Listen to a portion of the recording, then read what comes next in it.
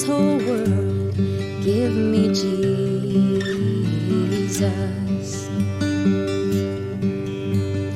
When I am alone, oh, and when I am alone, and when I am alone, give me Jesus. Give me Jesus. Give me Jesus. You can have this whole world. Give me Jesus.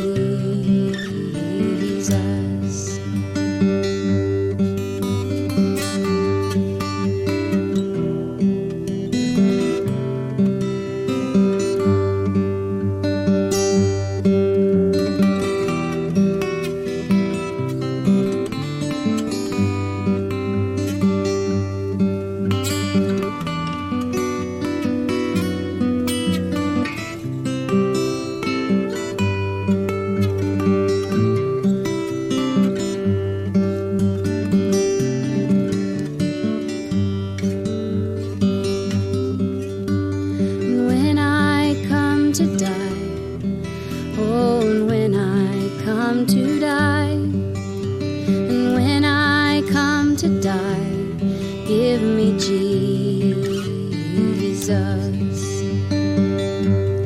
Give me Jesus. Give me Jesus. You can have this whole world. Give me Jesus.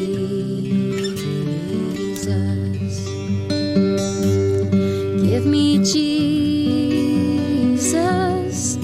Give me Jesus. You can have this whole world. Give me Jesus.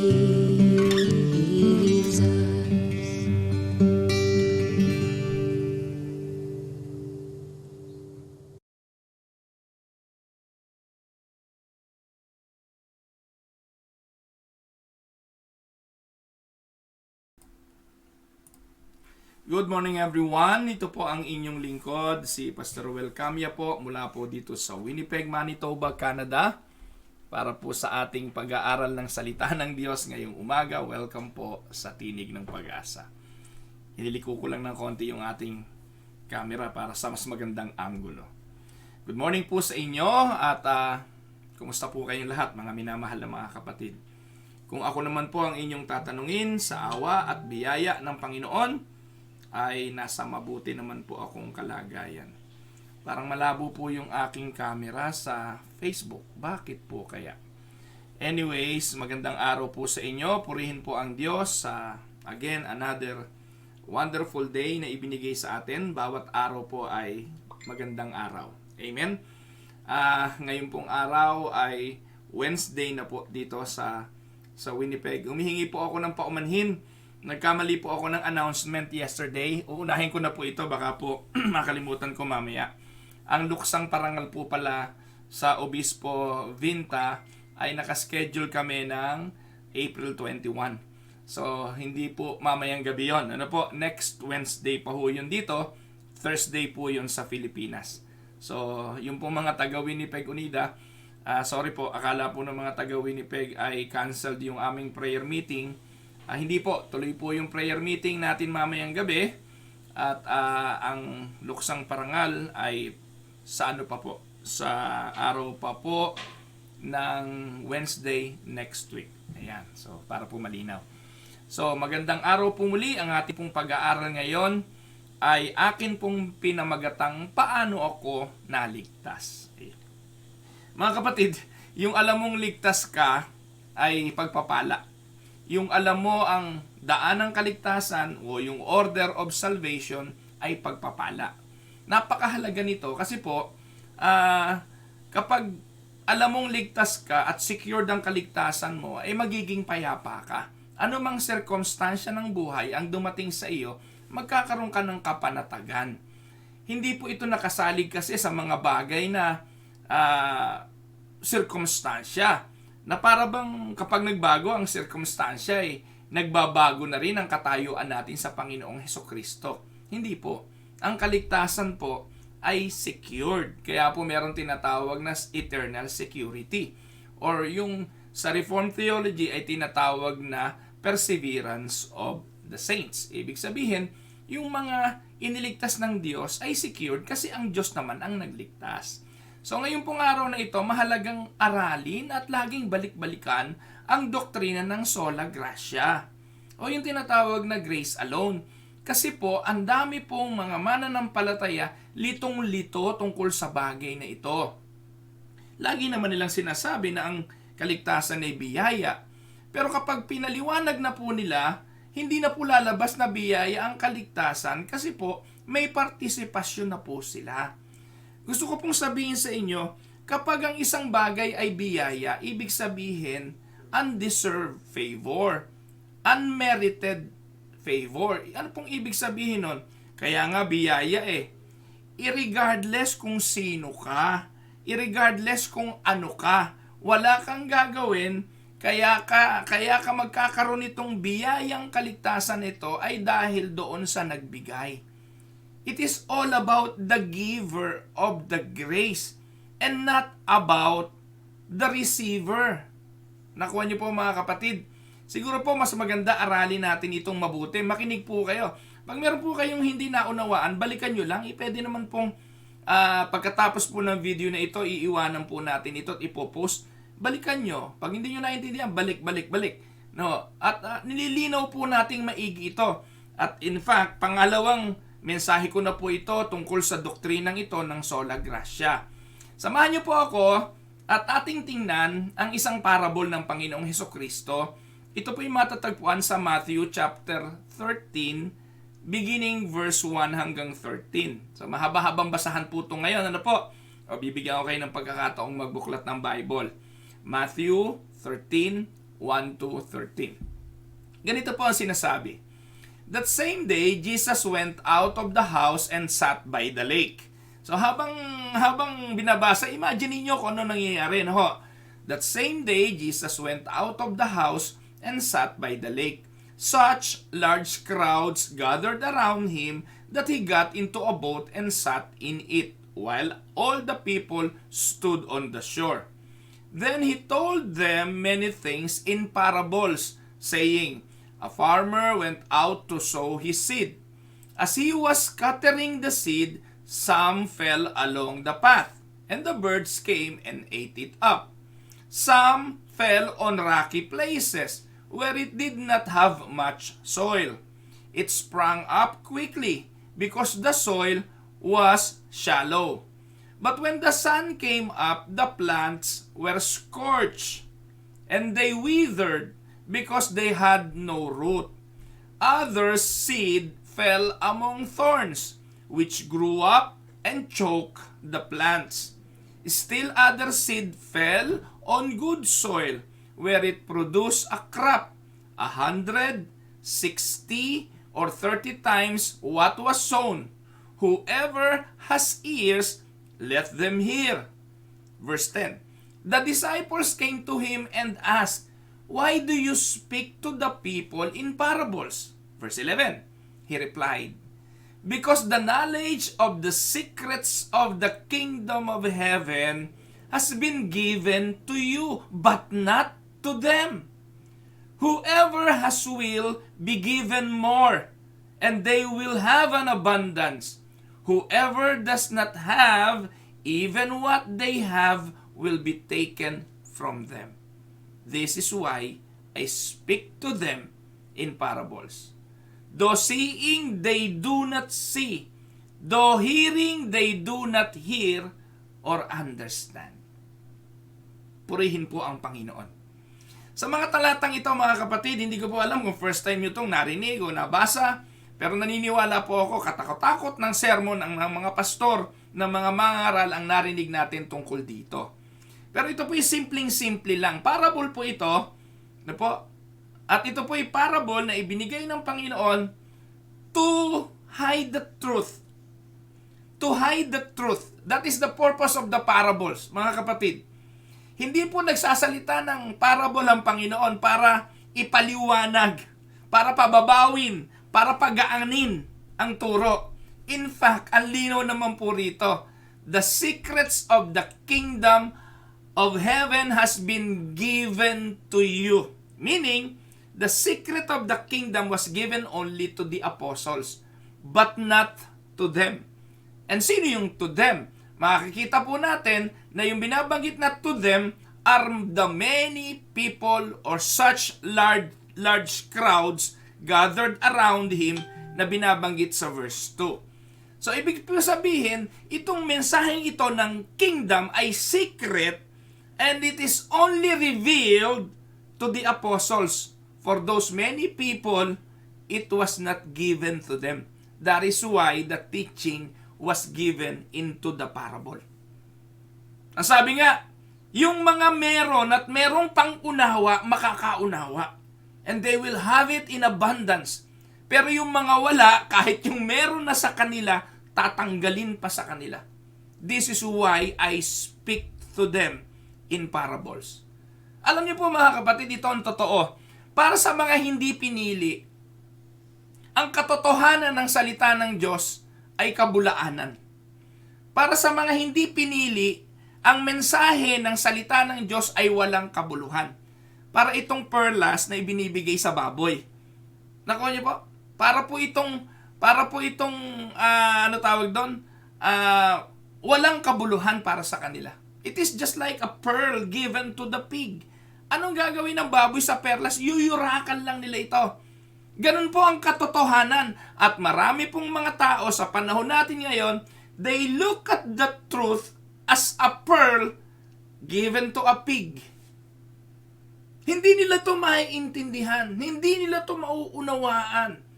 Para pong ang mangangaral para sa kanila ay Chinese na nagsasalita sa mga Amerikano.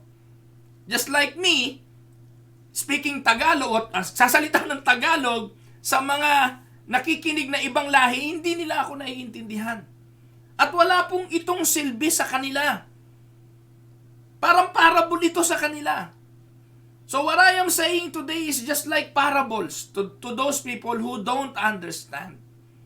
At ganito po mga kapatid, intentional ang parable na ito. Though sa panahon natin, alam naman natin kung anong kahulugan nito. In the parable of the sower, we see that regarding salvation, God is the one who takes the initiative to bring salvation to pass. Ang Diyos, ang sabi po rito, siya ang manghahasik. So, He is the sower. At yung pong lupa na hinahasikan, ang sabi po dyan, ay iyon yung tao. At mga kapatid, dalawang tao lang naman ang kategorya nito eh.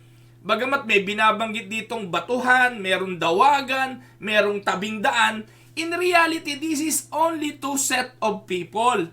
The one who understand and the one who will not. The one who will receive the word and the one that will reject. Yun lang naman yun. The seed that is sown is God's seed, corresponding to the word of God. And the harvest that is result of the seed germinated, grow, and bear fruits ay ang salita ng Diyos sa puso ng tao. So, the harvest, sabi po rito, it is God who harvested and He purposed to harvest when He initiated the whole process. Kagaya po ng magsasaka, kapag intentional na yung magsasaka ay nagtanim, umaasa siya na siya'y aani sa kanyang itinanim. Kasi siya ang nagtanim. So, God doesn't leave the harvest up to the vagaries of thorns and stones in the pathway. It is God and God alone who makes certain that a portion of His word falls upon good grounds. Ang Diyos ang tumitiyak na yung kanyang salita, yung kanyang mensahe, yung kanyang pagliligtas ay babagsak sa mabuting lupa. Ito ang critical error. A critical error in interpreting this parable would be to assume that the good ground, take note na yung mabuting lupa ay ang mabuting disposisyon ng isang makasalanan. Na itong mga kasalanan na ito ay gumawa ng tamang choice in respond to positive, to the message of God, to the saving grace of God. Yun po yung paniniwala. No? Ang paniniwala po ng maraming tao as they interpret this parable ay yun pong lupa, no? Yung mabuting lupa ay mabuting disposisyon ng tao. Kaya sumibol yung binhi kasi mabuti yung disposisyon. Mga kapatid, that is fallacy. Hindi po yun totoo. The classical Reformed understanding of the good ground is that if the ground is receptive to the seed that is sown by God, it is God who prepares the ground. And it is God who make the germination of the seed. Dahil tingnan po ninyo mga kapatid, paano ang lupa'y magiging mabuting lupa? Ang realidad, naniniwala po tayo sa tinatawag na total depravity of man. Ano pong ibig sabihin? Ang paniniwala po natin, ang lupa hindi mabuti. Amen?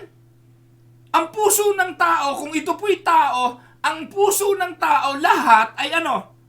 Lahat ay batuhan. Hindi po sisibol ang buto dyan. Ang lahat ay dawagan. Ang lahat ay tabing daan. Hindi po magiging matagumpay ang buto dyan. Hindi magiging matagumpay ang kaligtasan dyan. So kaya po tayo naniniwala, regeneration muna bago faith. Yun po yung classic Reformed theology stand ng mga reformers at maging ng UNIDA. Naniniwala po tayo mga kapatid na ang tao hindi po nanampalataya bago na born again. Ito po ang problema eh. Ang mga preaching ng mga pastor ngayon, pati po ng mga pastor ng UNIDA, manampalataya ka and then maboborn again ka. Mga kapatid, baliktad yun. Baliktad yun. Ang turo po mga kapatid, regeneration muna. Born again experience muna bago yung faith. Regeneration muna bago yung faith. Kaya nga faith, regeneration before faith. This is the biggest question that any semi-Pelagian or Armenian has to face. Ano po? Why did I choose to believe the gospel? Ito po, tanong nyo rin sa sarili nyo. Why did I choose to believe the gospel? And why did I commit my life to Christ? When my neighbor, my friend, other people who heard the same gospel chose to reject it. Or chose to reject it. Natanong nyo ba sa sarili yon? Bakit ako? Tinanggap ko yung mensahe ng ebanghelyo, samantalang yung iba hindi. Bakit hindi nila tinanggap? Anong dahilan? Natanong nyo na po ba sa sarili nyo? Bakit kahit anong paliwanag sa mga Muslim, hindi nila tatanggapin si Jesus?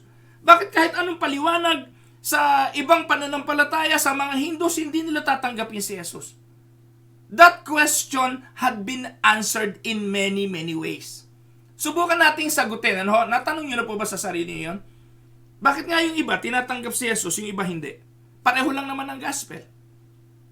Bakit yung iba pinipilit na paliwanagan mo na, lahat na ginawa mo, kinumbinsi mo na, hindi at walang dating? Bakit? Ano pong sagot doon? Subukan po natin. We might speculate that the reason why one person chooses to respond positively and accept the gospel while the other one doesn't, it is probably because the person who respond positively, yung tumanggap, ay sabihin natin more intelligent than the other person. Kasi ito po yung sabi, kaya tumanggap kasi naintindihan naunawaan. So ibig sabihin, yung nakaintindi, mas matalino kesa dun sa hindi nakaintindi. Ganun po ba mga kapatid? The reason probably while the other person received the gospel is because he understood the gospel, while the other don't. So ibig sabihin, Kaya ka naligtas kasi naintindihan mo. Ganun po ba mga kapatid? Pwede. Sabihin natin, for the sake of argument, maybe. Well, if that were the case, patulan natin yung argumentong yon, then God would be the ultimate provider of salvation. Kung ganun man, at yun ang tinitindigan ng iba, pwede rin nating ibigay sa Diyos ang ang glory. Di ba? Pwede rin nating ibigay sa Diyos ang kapurihan. Bakit? Kasi yung intelligence, yung knowledge is a gift from God sa Kanya rin galing. Para lang maisuwak natin. Para lang tanggapin natin yung argumento na kaya siya naligtas, kaya niya tinanggap yung ebanghelyo kasi naintindihan niya. Ibig sabihin, mas matalino siya kesa dun sa hindi nakaintindi. Kung ganun ang argumento, tanggapin na rin natin. Paniwalaan na rin natin yung argumentong yon kasi po, sa Diyos din ang glory nun. Kung maiintindihan lang ng tao na yung karunungan mo to decide ay galing din sa Diyos. Pwede? Pero mga kapatid, it could be explained that way, but that is not the real explanation of the gospel. If that were the case, then God would still be, what? Ano tawag doon? Unfair. Bakit ikaw binigyan ka ng wisdom, samantalang yung iba hindi binigyan ng wisdom? Mali yun. That explanation is obviously absurd. Hindi po ganon. Hindi ka naligtas dahil mas matalino ka kaysa sa iba. Dahil binigyan ka ng Diyos ng katalinuhan kaysa sa kanila. That is not the case. No, yun yung possibility at yun ang mga binabanggit ng iba. Mostly, yung mga Armenian, ganun eh. No? Nagpapasalamat ako sa Panginoon kasi tinanggap ko ang Lord eh. Nagpapasalamat ako kasi tinanggap ko siya. May partisipasyon pa rin. Hindi po ba? So the other possibility that one must consider is that maybe the reason one person respond positively to the gospel and the neighbor or the other person does not is because the one who respond was a better person. Maaaring sabihin mo, kaya ako nakakilala kasi mabait ako eh. Mas mabait ako kaysa sa kanya, kaya ako ang tumugon. No? Na tumugon ako dahil pinili ako ng Diyos dahil mas mabait ako kaysa sa kanya. And that is that person who made the right choice and the good choice did it because he was more righteous than his neighbor. Well, kung ganun po, in this case, the flesh not only availed something, the flesh availed everything. Ibig pong sabihin, ang glory ay nasa flesh, nasa tao, nasa kanyang pagpili. And this is the view that is held by the majority of evangelical Christians today. Namely, the reason why they are saved and the others are not is that they made the right response and the others made the wrong response. Di po ba? Madalas, pag tinanong mo, ba't ka naligtas? Kasi I made the right decision. I made the right response. Yung iba, ba't hindi sila naligtas? Well, simple lang. They made a wrong response. Well, sige po, pag-usapan natin. Pwede natin pag-usapan ngayon not only the correct response as opposed to the wrong response. But we can speak in terms of a good response rather than a bad response. Ngayon mga kapatid, if I am in the kingdom of God, because I made a good response rather than a bad response, I have something of which to boast. Kung ako'y ligtas ngayon, dahil ako'y nakagawa ng isang tamang desisyon sa pagtanggap sa mensahe ng kaligtasan ng Diyos, di ba meron akong ipagmamalaki? Dahil ako ang tumanggap eh. Hindi po ba? I have never met any single Armenian na naniniwala po doon sa Armenian theology who would answer the question that I've just stated a while ago. Wala pong sasagot na ang reason why they believe is because they are better than their neighbors. Tanungin niyo po yung mga hindi naniniwala doon sa doctrine of election. Doon po sa sovereignty ng Diyos sa pagliligtas. Tanungin niyo sila, yung mga Armenian, ba't ka naligtas? Naligtas ka ba dahil mas mabuti ka kaysa sa iba? At sasabihin nila, hindi ganon. Hindi po nila aaminin yon. Pero sa turo nila, ganon ang implication. The logic of Armenia requires this conclusion kasi yun ang teaching nila eh. If indeed the final analysis, the reason I am a Christian and someone else is not, is because I made the proper response, then, lalabas ngayon, ang salvation ay dahil sa'yo. Kung i-resist ko ang salvation, hindi ako maliligtas. So, ewan ko po mga kapatid kung naiintindihan niyo ako.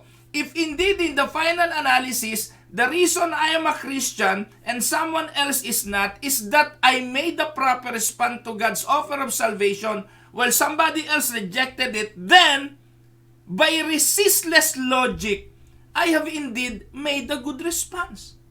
And my neighbor has made the bad response. Ngayon ang tanong, what Reformed theology teaches is that the true believer makes the right response and the non-believers makes the wrong response. And the reason for that, because God in His sovereign election changes the disposition of the heart of the elect to effect a good response. Hindi po dahil mabuti ang lupa. Kaya yung mabuting lupa ay tumugon. Kaya yung mabuting lupa ay sumagot ng positive doon sa butong inihasik. Hindi ganon. Yung mabuting lupa ay naging mabuting lupa dahil pinabuti yun ng Diyos. As simple as that. Para maging, Para maging sola gracia. Dahil kung yung lupa ang gumawa ng paraan para siya maging mabuti, hindi na yun grasya. Nakuha niyo po ba mga kapatid? Anong buti meron sa atin para tayo maging mabuting lupa? Anong kakayahan meron tayo para tayo maging mabuting lupa? Si Apostol Pablo, ang sabi nga niya, walang mabuti sa nananahan sa akin. We are in a state of total depravity. Paano tayo magiging mabuting lupa at yung seed ng Diyos na ihahasik sa atin ay magge-germinate? Unless ang Diyos ang maghanda ng mabuting lupa. Katulad ng mga magsasaka. Walang siraulong magsasakang magtatanim sa bato. Ihahanda ng magsasaka ang lupa. He will prepare the land. And in the heart of the believer, it is God who prepares the land. It is God who made the land, a good land. Naku, mga kapatid, simple lang naman po eh. Walang buti ang lupa.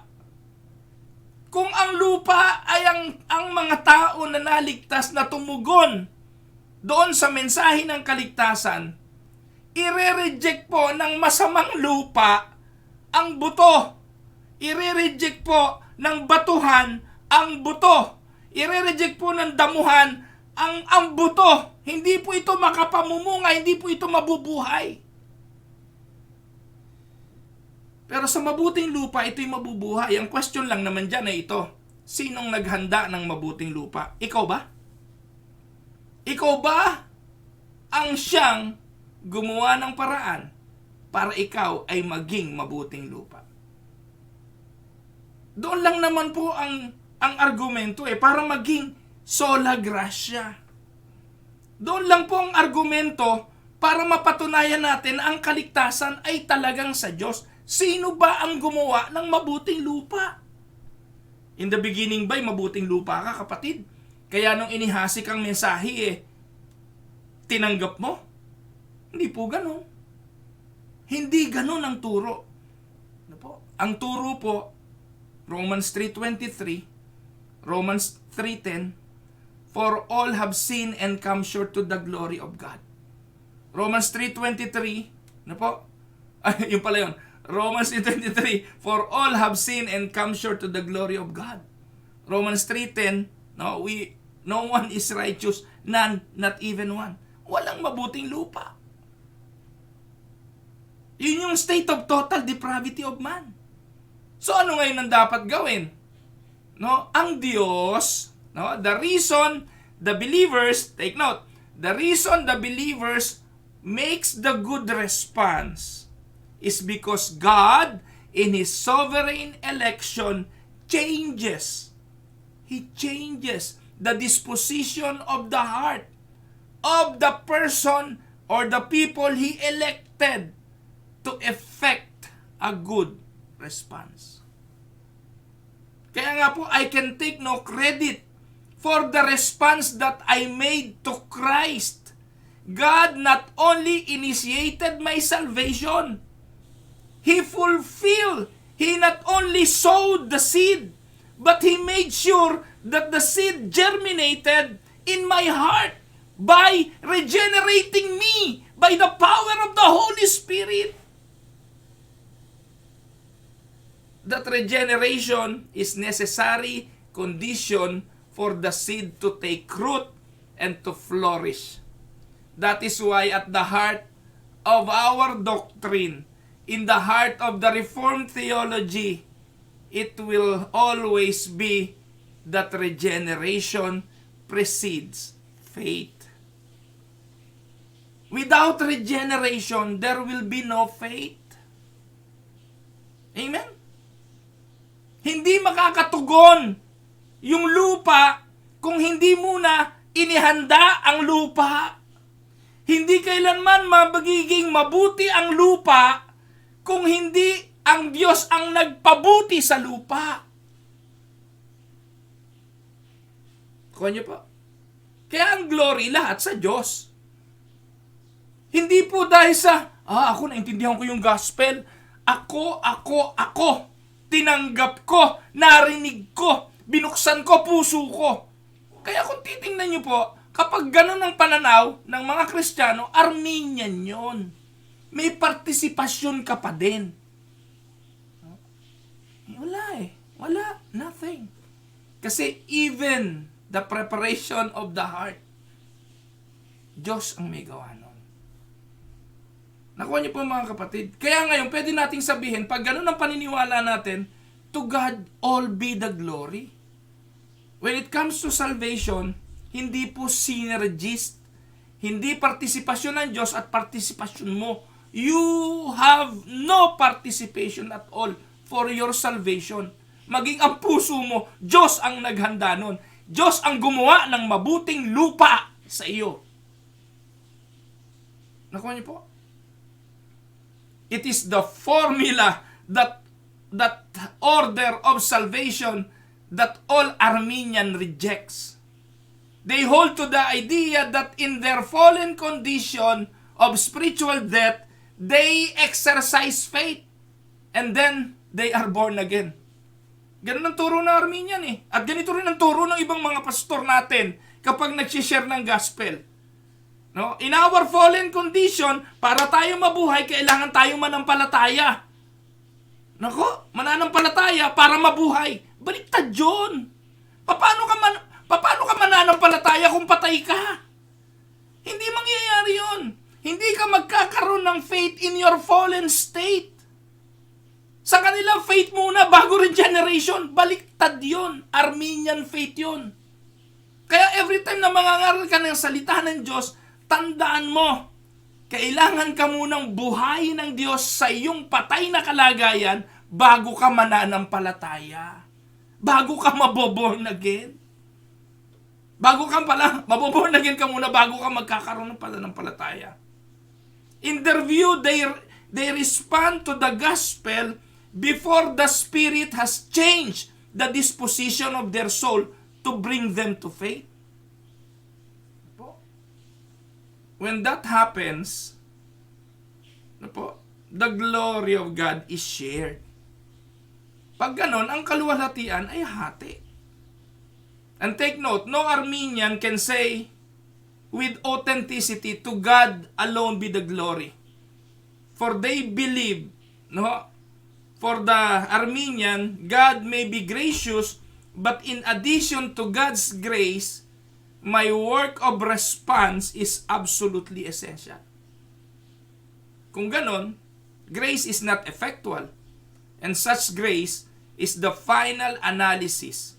And in the final analysis, it is not really saving grace kung ganon ang kaligtas, kung ganon ang definition ng biyaya. Tandaan po ninyo mga kapatid, salvation is of the Lord from the beginning to end. Yes, take note, I must believe. Kailangan ko manampalataya. Yes, I must respond. Kailangan ko tumugon. Yes, I must receive Christ. But for me to say yes to any of those things, my heart must first be changed by the sovereign, effectual power of God, the Holy Spirit. Pag ganon, we can say, Soli Deo Gloria. Tama naman po, kailangan tayo manampalataya. Kailangan natin ng faith to believe. Kailangan nating tumugon sa tawag ng Panginoon to come to Him. Kailangan nating tanggapin si Jesus sa ating mga buhay. Pero bago tayo gumawa ng lahat ng yon, at bago natin magawa yon, binabago muna ng Diyos ang ating puso ng banal na Espiritu Santo para tayo makatugon. Sa ganon, ang lahat ng glory ay sa Diyos. Wala kang partisipasyon. Amen? Kaya yung iyong pagtugon, hindi nakabase dahil mabait ka, dahil matalino ka, dahil kakaiba ka, ikay nakaintindi, yung iba hindi. Hindi ganon. Mapalad ka. Purihin ang Diyos sa buhay mo, sa buhay nating mga Kristiyano, kasi ginawa tayo ng Diyos na mabuting lupa. Amen? So, ganun lang po yung mga kapatid, and I hope na unawaan ninyo. Balik-balikan nyo lang po ang pag-aaral para lubusan po nating maunawa. Yun po, ang turo ng sola gratia. Kaya nga, grace alone. Tayo po'y tumungo, tayo po ay manalangin. Ama naming Diyos na makapangyarihan, lubos po ang aming papuri, pasasalamat sa iyong dakilang pangalan, sa biyayang kaligtasang iyong ipinagkaloob. Biyaya ito sapagkat pati ang puso inihanda mo para tanggapin ang iyong biyaya.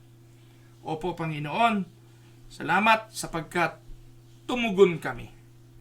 Pero tumugon ang aming mga puso dahil ikaw ang bumago sa pusong ito. Kung sa orihinal na kalagayan ng aming mga puso, paano kami tutugon? Gayong nakakiling ang puso namin sa masama. Pero salamat sa iyo sa kapangyarihan ng iyong Espiritu Santo na naghanda sa pagbungkal ng lupa, nag-araro ng aming mga puso, inihanda ang aming mga buhay para sa pagdating ng binhi at buto ng iyong mga salita. Bumagsak ito sa puso namin at tinanggap namin ito dahil handa na ang puso namin para dito. At ikaw ang gumawa nun. Maraming pong salamat, Panginoon, at ikaw po ang aming pinararangalan sa amin pong buhay, sa amin pong mga pag-aaral, sa lahat po ng aming ginagawa. So umagang ito, I am praying, O Lord, sa buhay ng aking mga kapatid, lalo na po yung mga dumadaan sa mga suliranin ng buhay, sa mga karamdaman. Kilala mo sila, Panginoon, ang aking pong samo sa iyo, katagpuin at ipuin mo po ang bawat isa sa kanila. Lord, akin pong idinadalangin sa iyo ang mga kapatid na Henido, ang Henido family. Patuloy mo po silang pagpalain, patuloy mo po silang pagalingin sa kanila pong mga kalagayan. I am praying, O Lord, also kay Kuya Imon at Ate Julie at Vincula, pagpalain mo po sila. Patuloy ko pong itinataas sa iyo ang kanilang mga kalagayan. Ikaw po ang magpala, Panginoon. Ganon din po ang tatay ni Ate Laila Lontok, patuloy po na itinataas namin sa iyo. Dinadalangin na patuloy ka pong magpakahayag sa kanilang mga buhay. Akin din pong idinadalangin ang Kuya Ikoy Ramos na kamakailan ay nadulas at nadapa. Dalangin ko po na nawa po ay ibalik mo yung kanyang kalakasan, yung pong kanyang kamay, ay nawa ay makarecover po siya agad. Dinadalangin ko po ang Nanay Engay Hinido, ang Nanay Elong, na ngayon po ay nasa pagluluksa sa pagpanaw po ng kanyang kapatid. Patuloy pong dalangin ang kapayapaan na nawa ay maghari sa buong sambahayan ng mga ni Nanay Elong, at ganoon din po sa kanyang apo na si Daniel, na nawa po ay hipuin mo pa rin at pagalingin.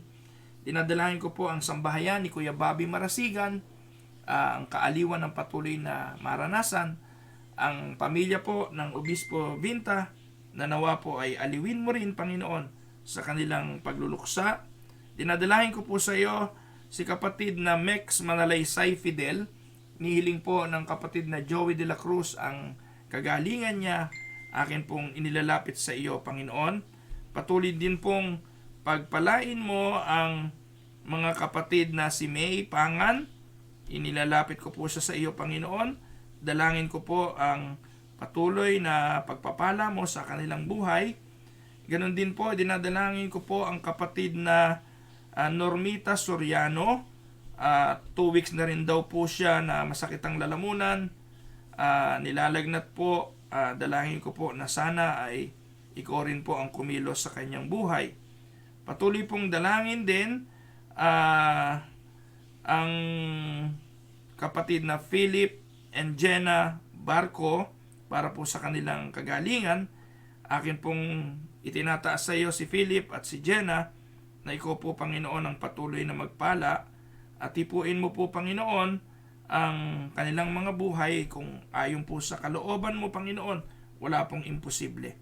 Tinataas ko rin sa iyo si kapatid na Sherry May Ramos, si Ate Esther Bautista, ang kapatid na Debbie Bernabe, si Annalisa Edpao, si Annalyn Gonzaga, ang akin pong hipag na si Ting. Patuloy ko pong itinataas sa iyo na nawa po ay kumilos ka sa kanilang mga karamdaman. Patuloy din pong dalangin para kay Kakang Lole at kay na Ate Del Magkawas, kay Kuya Ban, kay Nanay Honor, sa mga kapatirang unida po na may mga edad na ang gulang. Tinataas ko po sa iyo si Kuya Danny Paredes, ang kaarawan po ni Nanay Poste Paredes. Patuloy po na magkaloob ka ng kalakasan at ng ibayo pang pagpapala sa kanilang mga buhay. Dalangin ko po, Panginoon, ang aking mga kapatid na nanonood ngayon sa Tinig ng Pag-asa. Patuloy mo po silang pagpalain at ipagkaloob mo po sa kanila, Panginoon, ang mga biyaya na hindi nagkukulang. Alam ko po, Panginoon, na hindi pa naman binibigkas ng aming mga labi, ay alam mo na kung anong aming mga dasal. At dahil sa iyong kabutihan, hindi po yung kalooban namin ang masusunod, dahil ikaw naman po ang nakakaalam kung ano ang mabuti para sa amin. Kaya we are praying, may your will be done in our life. So maraming pong salamat. Sa iyo po ang papuri. Ito pong aming dalangin sa pangalan ni Jesus. Amen. Ayan, magandang araw po sa inyo, mga kapatid. At pagbati po ng magandang araw kay Ate Mirna Narciso. Ipagpaumanin po ninyo, medyo nagmamadali po ako ng konti ngayon kasi po ay 2 anak ko po yung papasok sa school. Ang kapal ng snow. Po, kanina po lumabas ako ay yung sasakyan ko ay kailangan pa muna talagang palahin yung daanan kasi po nakapagpalit na po ako ng ng summer tire. At kapag summer tire na po ang gamit, ang dulas na po. Kaya inihatid ko po si Dang sa trabaho na talaga namang ang usad ko po pabagal-bagal. Kaya yung preparation para i-prepare yung ginagamit po nating streaming application, ihahanda para ilagay sa Facebook, magpe-prepare po ng kung ano-ano. Kaya wala po tayong PowerPoint ngayon. Di ko na po nagawa na po. Kasi po I really don't have that much time. I hope na unawaan po naman ninyo yung mensahe natin ngayong umaga. So good morning kay Ate Yoli Kerubin. Pagpalain po kayo ng Panginoon, mga kapatid. At kay Kuya Dante Kerubin, magandang araw. Kay Ate Leslie Tamundong, magandang araw po Ate Leslie. Kapatid na Carol Forbes, pagpalain ka ng Panginoon kapatid. Ganon din po kay Marjorie at kay Daryl Almasar, pagpalain kayo ng Panginoon. Kay Ate Nene Enriquez at sa buong sambahayan ng mga Enriquez, pagpalain kayo ng Panginoon. Kapatid na Raquel Arevalo Bayot, Kuya Jerry at Nanay Belen Olaes, pagpalain po. Ano ba yun? Kuya kay Kuya Jerry, kay Nanay Belen, Nanay. Mag-asawa po yung dalawang yun. Magandang araw po sa inyo. Ate Del at Kuya Eddie Sauler, pagpalain po kayo ng Panginoon. Kapatid na Mirna Narciso, magandang araw po. Ayan, kay Kumaring Ami Santos, pagpalain po kayo, Kumare. Ganon din po kay Ate Telly at kay Kuya Chirit Hernandez, pagpalain po kayo ng Panginoon. Kay kapatid na La Paz Mendoza, magandang araw po. Kay kapatid na Jane Bawar at kay Pastor Anthony Bawar, magandang araw sa inyong mag-asawa. Kay Ate Cora Dulor, ayan, kay Marivi at kay Maricar, kay Maribeth, ayan, kay Marjorie, ang pamilya Enriquez. Nag-birthday yata si Maricar. Happy birthday Maricar. Pagpalain ka ng Panginoon ng mahaba pang buhay. Tita Mayra Paredes Libertino, magandang araw po sa inyo at ang mga kapatiran natin sa Aristocrat. Gusto ko pong batiin si Kuya Reynaldo sa bago niyang apo. Pagpalain po kayo ng Panginoon. Ate Yeyeng Alvarez, magandang araw po. Si Kuya Ray Alcantara, by the way, nanganak po yung kanyang manugang yesterday. Congratulations po sa inyo. Kapatid na Jeng De La Torre Eusebio, pagpalain po kayo ng Panginoon. Magandang araw po sa inyo. Pastor Olan Rebullar, God bless you po. Kapatid na Bernadette Causaren, Kuya Emil Serrano, magandang araw po sa inyo. Pastor Bay Velasquez, magandang araw po sa inyo. Pagpalain po kayo ng Panginoon. Happy birthday po pala kay Pastor Jobel Inocentes, birthday niya po ngayon. Happy birthday, DS. Ganon din po kay Nanay Carolina Bukiran, magandang araw po. Kuya Dol and Ate LV Paredes, magandang araw po sa inyo. Magandang araw kapatid na Alvin at Virgie Darapisa, pagpalain kayo ng Panginoon. Kapatid na Yoli D. Paul, to God be the glory, sabi po niya, pagpalain po kayo ng Panginoon. Kapatid na Jimmy Cuenca, pagpalain kayo ng Panginoon. Magandang araw mga kapatid. Ganon din si kapatid na Noel Andamo, magandang araw. Kuya Nicandro Sarinas, magandang araw po. Ayan, Kuya Reynaldo Alcantara, magandang araw and congratulations. Kapatid na Pete Paloma, magandang umaga sa iyo. Kapatid na Rebecca Victoria, magandang umaga. Pastor Rainier Herodias, magandang araw po.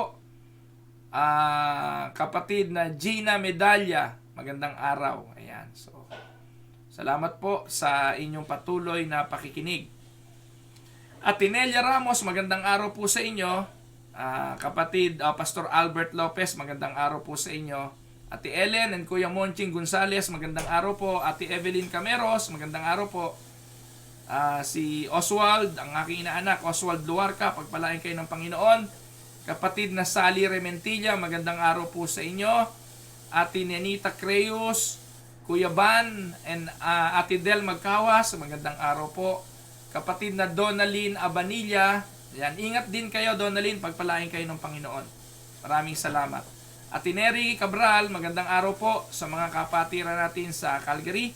Mamaya po konti ay yung tinig ng pag-ibig na ni Pastor Raymond, sundan nyo rin po siya. At maganda po ang mga turo din ni Pastor Raymond. Ganon din po si Pastor Conrad Malabag, magandang araw po sa inyo Pastor Conrad. At pagpalain po kayo ng Panginoon. At ang mga kapatiran sa Silang, sa Malabag. Ganon din po kay Kuya Emil Serrano at mga kapatiran natin po sa Doha, Qatar. Magandang araw din sa aking pamangkin ko na po ito si Annalisa Santiago. Kumusta po Ate Saleng? Pagpalain po kayo ng Panginoon. Sana nakakapakinig si Ate Saleng. Pagpalain kayo ng Panginoon dyan sa Vancouver. Vancouver nga ba itong si Ana o Toronto? I don't know. So, alam ko nasa Canada to. Pagpalain kayo ng Panginoon. Ganon din po, Ate Rebecca Victoria, kapatid na Paz de la Cruz, at sa inyo pong lahat. Maraming pong salamat. At sa inyong katiyagaan sa panonood. Alam niyo po mga kapatid, minsan po, may mga pagkakataon ho talaga na minsan konting-konti na lang at hindi ako makakapag-broadcast na po. Paghahatid ko po kasi kay Dang, pagbalik ko nagmamadali po ako para po ma-set up yung computer at makaharap sa inyo. At minsan talaga hong struggle, lalo na po pag ganitong winter na po. So, patuloy niyo pong ipanalangin ng inyong lingkod na sa awa, sa biyaya, sa pagpapala ng Panginoon, ay patuloy po na magamit ang tinig ng pag-asa bilang instrumento ng pangangaral. I hope meron po kayong natututunan at ito naman po ang realidad. Ang katotohanan ay masakit. The truth always hurt. Pero masakit lang naman ito sa mga puso na ayaw magbago. Pero para po doon sa mga nais matuto, sa mga nais na lumago sa kanilang pananampalataya, naniniwala po ako na pagpapala ito. Sabi nga open rebuke is better than a secret love. At minsan mga kapatid, ang pagpapahintulot na mangyari ang mga bagay na hindi ayon sa turo ng Biblia ay kalapastangan na ginagawa ng maraming mga manggagawa. Ang pagpapahintulot ng proliferation ng maling turo sa iglesia ay pagpayag sa kasamaan. Mga kapatid, tandaan po ninyo, hindi naman po totoo yung sinasabi na I hate sin and I love the sinner. Mga kapatid, hindi naman sin lang ang pupunta sa impyerno, pati sinner. Kaya hindi yung totoo. Kung galit tayo sa kasalanan, galit din tayo sa tao, ganun po ang Diyos eh. Nakuha niyo po, you cannot hate sin and love the sinner. Mga kapatid, di yung totoo. God hates sin and He even hate the sinner. Kaya nga yung tao ang pupunta doon sa impyerno kasama yung kasalanan. Ano pong ibig sabihin? Kapag nagpahayag ka ng pagkagalit sa kasalanan, hindi pwede na makikipag-compromise ka sa kasalanan. Mga kapatid, magdadagdag lang ako kaparaso. Ang pinag-aralan po namin kagabi doon sa amin pong small group, si Balaam kinausap ng donkey. Alala niyo ba yon sa Bible? Yung donkey na kinausap si Balaam. Dahil si Balaam, nakikipag-compromise kay Balak. Sinabi na ng Diyos sa kanya, huwag ka nang pumunta doon. Dahil gagamitin ka lang niyang si Balak, huwag ka nang tumuloy doon. Pero itong si Balaam nagpumilit pa rin dahil may pangako si Balak na bibigyan kita ng kayamanan, bibigyan kita ng maraming pera, sumpain mo lang ang Israel. Can you imagine, ganito karami mga pastor ngayon ang nakikipag-compromise kay Balak. No? Para sa sariling pakinabang. Nakakalungkot mga kapatid, may sulat po ang Diyos sa iglesia sa Laodicea. At ang iglesyang ito'y sinulatan ng Diyos kasi ang iglesyang ito sa Laodicea ay hindi mainit, hindi po siya malamig. Kaya ang sabi ng Diyos, dahil hindi ka mainit, di ba pag gusto mong kape, ayaw mo ng maligamgam na kape, gusto mo mainit na kape. At kung gusto mo naman ng juice, gusto mo, o yung tea, yung iced tea, di ba ice cold gusto mo? O kaya juice ice cold.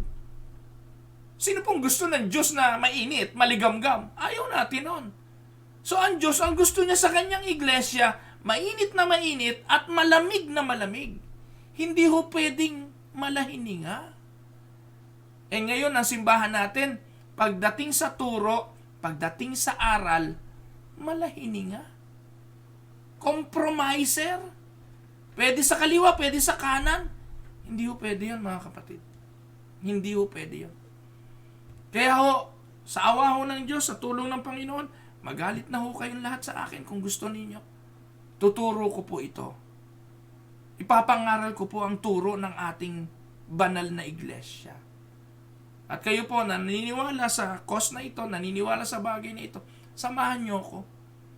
Kasi po, hindi pa rin nagsisitigil Marami pa rin talaga naman ang nagtuturo ng baliktad. Kagaya na lang po dyan sa doktrina ng sola gratia na yan. Hindi po ba? Baliktad ang mga turo. Paano nila pinipresent yung biyaya? Eto, biyaya, kailangan mong tanggapin. Pag hindi mo to tinanggap, pupunta ka sa impyerno. Paano naging biyaya yung tatanggapin mo to with your own effort? Biyaya po ba yun? No? Nakukumbinsi mo yung tao, buksan mo puso mo. Pag hindi mo binuksan, pupunta ka sa impyerno. Paano mabubuksan ng isang taong hindi naiintindihan kung ano yung ipinapangaral dahil nga in the state of parable. Na hindi naman ibinigay yun ng Diyos para sa kanya. Hindi niya ito mauunawaan. Pero kung ang puso, katulad ng ating pinag-aralan, inihanda ng Diyos, Diyos ang nag-regenerate, walang masyadong paliwanag na kailangan. Tingnan niyo po yung mga nag-evangelize sa Bible. Ang dami bang explanation ginawa nun? Gumamit pa ho ba ng mga kung anong illustrations para pang-kumbinsi sa mga tao? Wala. Sinabi lang nila, si Jesus namatay, siya yung napako sa krus, namatay, inilibing, at nabuhay sa mga patay. Yan ang gospel. Naniniwala ka ba doon? Mga kapatid, hindi ganon. Dami ngayon, lahat na ho ng klaseng style. Sharing ng testimony, gagamit ng mga artista, kung sino-sino magsishare, may tugtog ng emotional na music, papakita sa iyo yung cross, patay ang ilaw, may cross sa gitna. Abay, sinong hindi madadala ng emosyon? Pero ang tanong, naintindihan mo ba? Tandaan mo, ang nakakaintindi lang, ang siyang maliligtas. Ngayon, paano ka nakaintindi? Dahil ba binigyan ka ng karunungan? No. Kaya ka nakaintindi, kaya ka nakaunawa, kaya mo ito natanggap, dahil ang Diyos ang naghanda ng lupa para sa kanyang mga salita. Paulit-ulit ako. Anyway, hindi ko po ito titigil. Ayan, ngayon ko naliwanagan yan, Pastor. Salamat po. More power. God bless.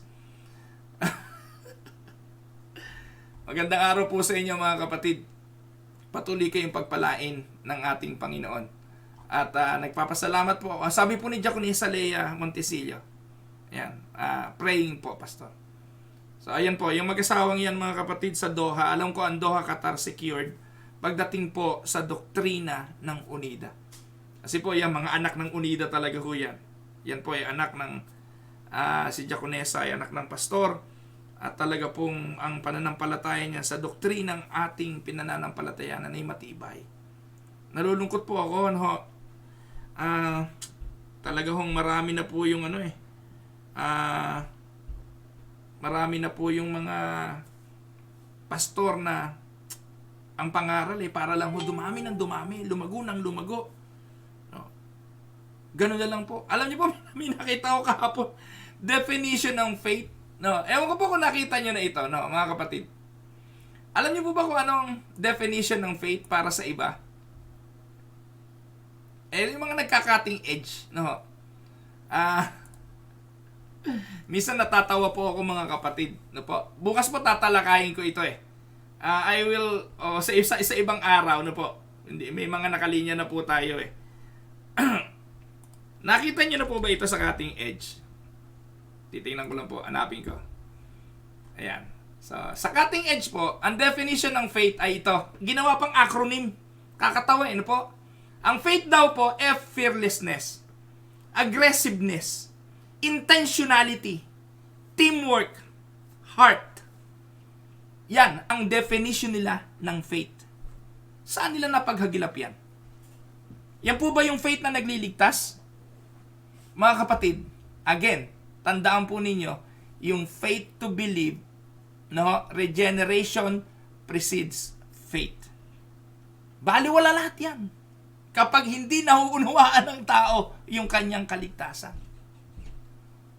Isang araw tatalakayin ko yan. Akala nyo, hindi ko alam yung cutting edge na yan na pinagsasasabi nyo. Pag inisa-isa ko yan, no po, mga kapatid, sabihin na ninyong kayabangan, pero hindi yan tatayo.